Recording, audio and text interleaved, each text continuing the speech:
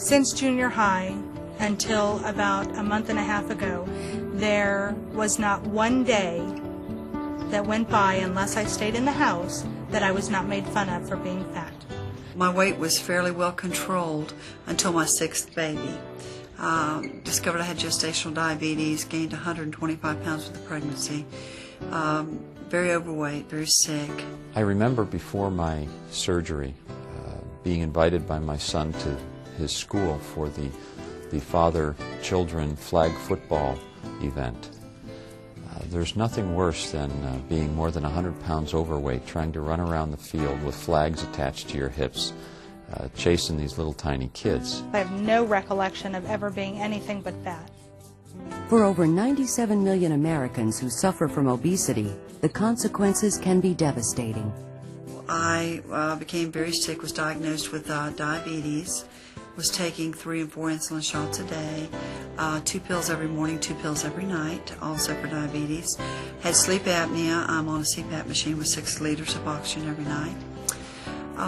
Had high blood pressure, had tachycardia, 3 leaking valves in my heart. The heralding event for me was waking up with the esophageal reflux one middle of the night. The acid had washed into my lungs. I could not breathe. I got out of bed gasping for breath, just literally could not move air, and was close to passing out before I finally was able to catch my breath. That was an event which was sort of a significant decision-making event for me. But there is hope. According to the National Institutes of Health, the NIH, weight loss surgery for the morbidly obese, when combined with behavior modification, is currently the most reliable and only choice for long-term maintenance of excess weight loss. In this video, you will learn about weight loss surgery. You will hear from patients who have undergone the procedures and from doctors who perform them. You'll hear about the remarkable success rate for weight loss surgery, as well as the risks and complications that accompany the procedures discussed.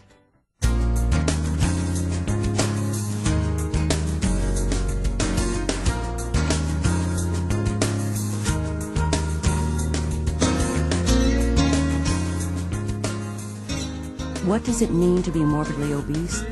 Let's start with obesity. Obesity is defined as an excessive amount of body fat. If an individual is 20% over ideal body weight for his or her age, sex, or height, they are considered obese. Obesity is a disease that is out of control in the United States. As the second leading cause of preventable death, obesity has reached epidemic proportions. The National Institutes of Health reports that more than 1/3 of the adult population are overweight or obese. The impact of the disease, according to the World Health Organization, is so diverse and extreme that obesity should now be regarded as one of the greatest neglected public health problems of our time.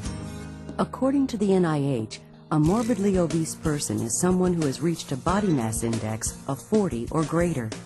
That is roughly equivalent to 100 pounds over ideal body weight. I think you can categorize obesity into several segments. There is the ordinary type of obesity that affects many people but does not affect their health. And then we talk about morbid obesity, which is a very serious health problem with life-threatening ramifications in virtually every organ system in the body. Body mass index, known as BMI, is a method of determining levels of obesity through a calculation based on weight and height. If by NIH standards you reach 20% or more above your ideal body weight, that excess weight becomes a health risk.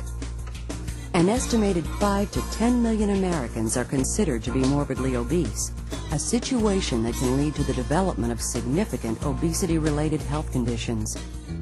What are obesity-related health conditions?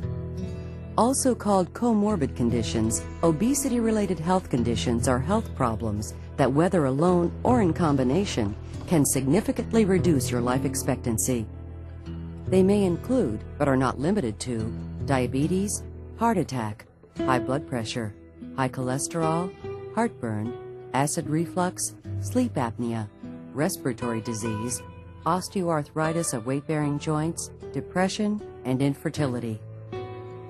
I really should get serious about my health, because I know we got problems in my family. We all got a history of diabetes. We all got a history of high blood pressure.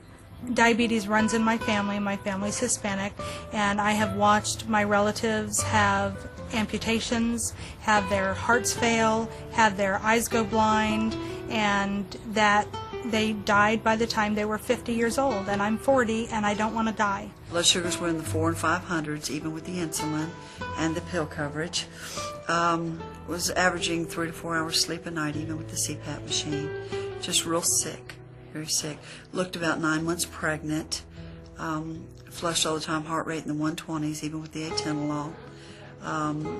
Daily asthma attacks. Just a very, very sick person. The risk of death from obesity-related health conditions such as diabetes or heart attack is 5 to 7 times greater than someone of normal weight. In fact, for individuals who are twice their ideal body weight, the risk of an early death is doubled compared to non-obese individuals. And while comorbid conditions threaten your health, your well-being, even your life, the social impact of morbid obesity can be devastating, both to the individual and to their loved ones. Comorbid conditions can disrupt relationships, restrict your mobility, and keep you from performing even the basic activities in life. The social impact is one of the things that I see quite a bit, because these patients are social outcasts, or at least they feel that they're social outcasts. It's kind of like depressing when you see everybody else getting help when you go in the store and you're big. People kind of like ignore you or look the other way. The social impact of morbid obesity is incredible. The level of discrimination in our society, from simple things such as separate stores for clothing, to the statements made to people who are shopping in a grocery store, to the difficulty with buying an automobile or fitting on in a public arena, such as a theater seat or a sports stadium seat.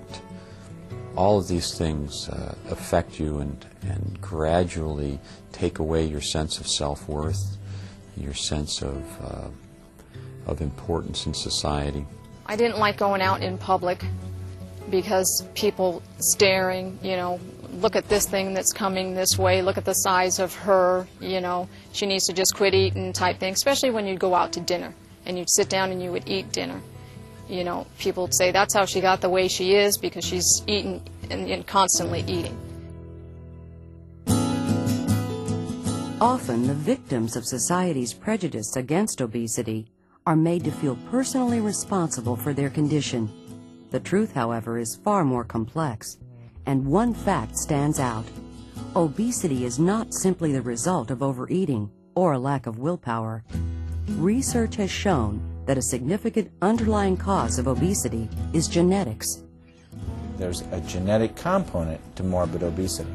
Certainly we look like our parents, and if we have people in our family that are morbidly obese, we're more likely to have that. We have the genetic background for that. There is a genetic basis for morbid obesity, and that some people just turn more of their calories into fat, whereas other people turn more of their calories into energy and heat.